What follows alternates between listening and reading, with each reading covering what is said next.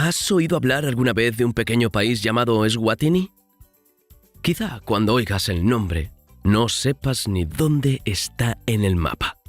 Pero lo cierto es que el país cambió de nombre en 2018 por orden del propio rey, que tiene el poder supremo en la nación. Como prueba de su soberanía, el monarca sigue siendo polígamo, es decir, tiene más de una esposa. Cada año realiza un atrevido ritual para elegir una nueva esposa, que incluso puede ser presenciado por los turistas. ¿Sientes curiosidad? Entonces acompáñanos porque, afortunadamente, no tendrás que viajar hasta allí para presenciar el ritual. Hoy vamos a explicarte cómo funciona todo, además de explorar otras curiosidades sobre una nación desconocida para la mayoría. Probablemente nunca hayas oído hablar de este país. Eswatini es una nación que limita con Sudáfrica y Mozambique y no tiene acceso a ninguna costa. Anteriormente, el nombre del país era Suazilandia, pero en 2018, el rey, con su poder supremo, cambió el nombre de la nación a Eswatini. El cambio se produjo porque Suazilandia se parecía demasiado a Suiza en inglés, lo que generaba cierta confusión. Curiosamente, Suazilandia en inglés se pronunciaba Swaziland, similar a la pronunciación de Switzerland en inglés, que sigue siendo Suiza hoy en día. En cuanto al poder del rey sobre la nación, Eswatini es uno de los pocos países del mundo que aún mantiene una monarquía absolutista, junto con Qatar, el Vaticano, Arabia Saudí, Omán, Brunei y Emiratos Árabes Unidos. Ahora, la pregunta que no desaparece. ¿Qué es una monarquía absoluta? Tranquilos, os lo explicaré. En una monarquía absoluta, el rey tiene poderes ilimitados. De este modo, el poder del monarca está por encima del alcance de los tres poderes: ejecutivo, legislativo y judicial. Por lo tanto, el rey de la nación puede hacer cualquier cosa, como cambiar el nombre del país, por ejemplo. Parece una locura, pero es cierto. Sin embargo, no se puede explicar cómo es el país hoy sin remontarse a sus orígenes para entender cómo surgió realmente Eswatini.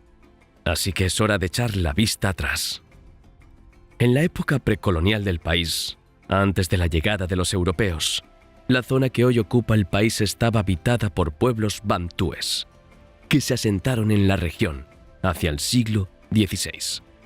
Los europeos exploraron y colonizaron la zona, principalmente los británicos, por su interés en expandir su imperio, buscar recursos naturales como oro y minerales, establecer rutas comerciales y ejercer influencia política en la región. Otra curiosidad es que las comunidades bantúes eran agrícolas y tenían una rica cultura, con una fuerte tradición de música, danza y arte. En el siglo XIX, los pueblos bantúes de la región fueron unificados por el rey Sobhuza I, considerado el fundador del país moderno. Sobhuza I consolidó su poder y estableció un sistema de gobierno centralizado basado en las tradiciones culturales y las estructuras familiares. En otras palabras, la monarquía absoluta ha sido el régimen político de Eswatini desde sus inicios y no ha cambiado hasta hoy. Después, el país entró en la era colonial. La historia colonial del país comenzó a finales del siglo XIX, cuando los europeos empezaron a explorar y colonizar África. La región que hoy es Eswatini estuvo controlada inicialmente por los británicos, que establecieron un protectorado sobre el territorio en 1881. Durante el periodo colonial, los británicos ejercieron un control indirecto sobre la nación, respetando en gran medida las estructuras tradicionales de gobierno y la autoridad del monarca. Sin embargo, esta influencia colonial tuvo importantes repercusiones en la sociedad y la cultura de la nación. El país obtuvo su independencia en 1968, convirtiéndose en un reino soberano bajo el reinado de Sobhuza II. Desde entonces, Eswatini ha seguido siendo una monarquía absolutista debido a la continuidad de las tradiciones culturales y políticas locales. Volviendo a la actualidad, el anterior rey de la nación, Sobuza II, murió en 1982 de neumonía. En 1986, su hijo Maswati III tomó el relevo como monarca del país, con solo 18 años. Su trayectoria política ha generado muchas controversias hasta el día de hoy. Una de las principales polémicas sobre el monarca es que es polígamo como su padre. Esto significa que Mswati III tiene unas 15 esposas, sin contar las fallecidas y las desheredadas. También tiene alrededor de 40 hijos. En 2019, un reportaje sobre la lujosa vida del rey dio la vuelta al mundo, ya que Mswati III creó una polémica al comprar al menos 139 coches de lujo para sus esposas. La compra totalizó 19 Rolls-Royce y al menos 120 BMW, que costaron alrededor de 15 millones de euros. Esto generó una gran indignación entre la población del país, ya que el 34% de las personas se quedaron sin trabajo. Más de la mitad de este número aún vive con menos de $1 al día. Por si fuera poco, 2/3 de los súbditos del monarca se alimentaron de la ayuda internacional.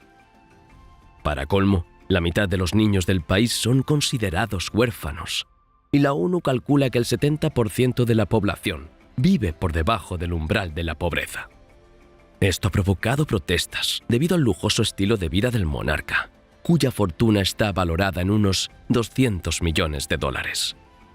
Pero la controvertida vida de Mswati III aún depara más sorpresas, como el extraño y virginal ritual de danza que se celebra cada año para elegir nuevas esposas para el monarca. En el país es normal que el rey elija una nueva esposa mediante un ritual llamado umhlanga.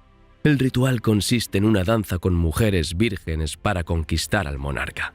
Este acto tiene lugar cuando los astrólogos determinan que las condiciones son favorables. Además, todas las participantes deben demostrar que son vírgenes.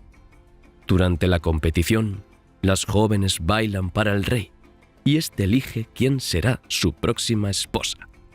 Este ritual también se celebra en otros países, como Sudáfrica. En esta nación, el festival se programa observando la fase de la luna. Una vez que la luna alcanza su fase llena, comienza la ceremonia.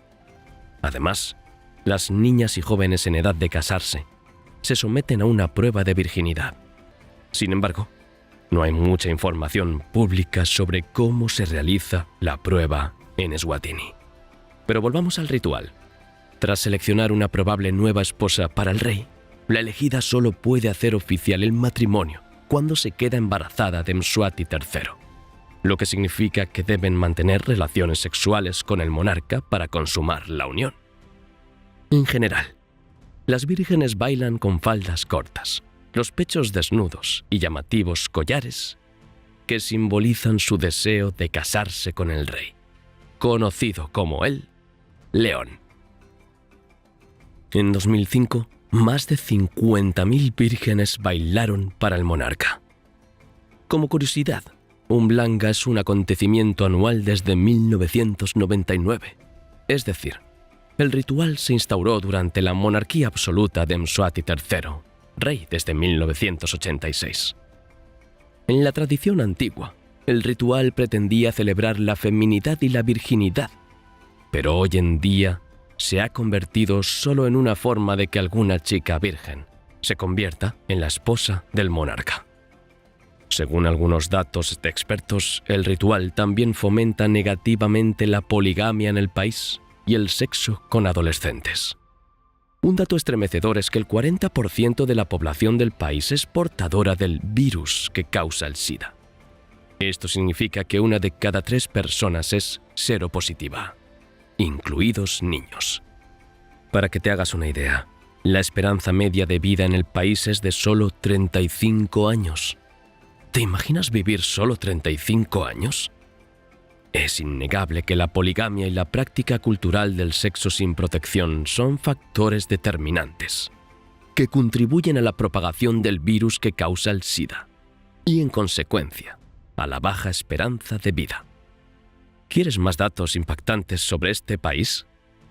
¿Qué dirías del intercambio de esposas? Eso es exactamente. En el país, la población masculina tiene ciertos privilegios que las mujeres no tienen. Todo ello debido al régimen estrictamente patriarcal. En la cultura tradicional del país, muy basada en costumbres y tradiciones, existen prácticas ancestrales de intercambio o venta de esposas. Hoy en día, esta práctica no es tan común, pero aún se lleva a cabo en ciertas regiones. Antiguamente, el intercambio de esposas se consideraba una forma de reforzar los lazos entre las familias y garantizar la continuidad de las relaciones sociales y económicas. Sin embargo, es importante señalar que esta práctica estaba arraigada en las desigualdades de género y a menudo se traducía en la subordinación de las mujeres, que eran tratadas como propiedad al ser intercambiadas o vendidas. Con el tiempo, el intercambio y la venta de esposas se ha ido desalentando cada vez más y se consideran prácticas anticuadas e inhumanas, además de ser criticadas y repudiadas por la sociedad y las autoridades locales. En la actualidad, la legislación moderna de Eswatini prohíbe estas prácticas y reconoce a las mujeres los mismos derechos que a los hombres en el matrimonio y en la sociedad en general. Por desgracia, en estas regiones los hombres pueden tener varias esposas sin enfrentarse a restricciones morales o legales. El trato que se da a las esposas es inusual, y el intercambio de esposas puede implicar incluso el intercambio de artículos, como objetos. Increíble, ¿verdad? La religión de Eswatini desempeña un papel importante en la sociedad. Con una población de alrededor de 1,3 millones de habitantes, la mayoría son cristianos o seguidores de creencias indígenas. El cristianismo es la religión más común en el país, con un 82,7% de la población, que se identifica como cristiana. La Iglesia sionista es seguida por alrededor del 40% de los habitantes y combina elementos del cristianismo con el culto a los antepasados. Los protestantes constituyen otra proporción significativa de cristianos, seguidos de cerca por los católicos romanos, que representan el 20%. Los mormones también son una presencia religiosa notable. Aproximadamente el 10% de la población es musulmana, y hay pequeñas comunidades de judíos y bahá'ís. Un hecho curioso es que el sionismo tiene una influencia significativa en la política y la sociedad. La monarquía del país mantiene estrechos vínculos con la Iglesia sionista, que, como hemos visto, es una de las mayores confesiones cristianas del país.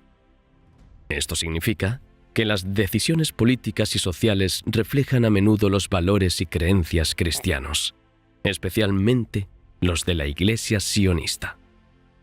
Además, las creencias religiosas en general desempeñan un papel importante en la vida cotidiana de los ciudadanos. Esto se traduce en influencia en la legislación y las políticas gubernamentales en ámbitos como los derechos de la mujer, la educación y la sanidad. Sin embargo, a pesar de la influencia de la religión, el país es un estado laico, lo que significa que las leyes y políticas del país no se basan exclusivamente en principios religiosos. La Constitución del país garantiza la libertad religiosa de su población, permitiendo a los ciudadanos practicar su fe libremente. Sin embargo, esta realidad está algo distorsionada. Y prueba de ello fue un evento de brujería y hechicería que debía celebrarse en 2019 y que fue completamente prohibido por el gobierno. Lo cierto es que Eswatini es un país lleno de contradicciones en sus leyes y en cómo actúa realmente la sociedad y el rey. Un claro ejemplo es el hecho de que existe una ley que prohíbe la poligamia y, sin embargo, tanto el monarca como varios hombres del país tienen más de una esposa. Por último, hay que saber que el ritual de danza umhlanga, en el que el monarca puede elegir una nueva esposa, está abierto a los turistas. De hecho, en 2021, el país acogió a unos 170.300 turistas. Es decir, puedes visitar el país y conocer su cultura, gastronomía, tradiciones e incluso el ritual de Umhlanga, que es muy bonito y colorido, incluso con todas las polémicas que hay detrás de esta ceremonia. ¿Conocías todas estas particularidades de Eswatini? Cuéntanos cuál te ha sorprendido más. Si te ha gustado el vídeo, no olvides darle a me gusta, compartirlo y suscribirte para recibir más contenidos increíbles. Gracias a todos los que nos habéis acompañado y hasta la próxima.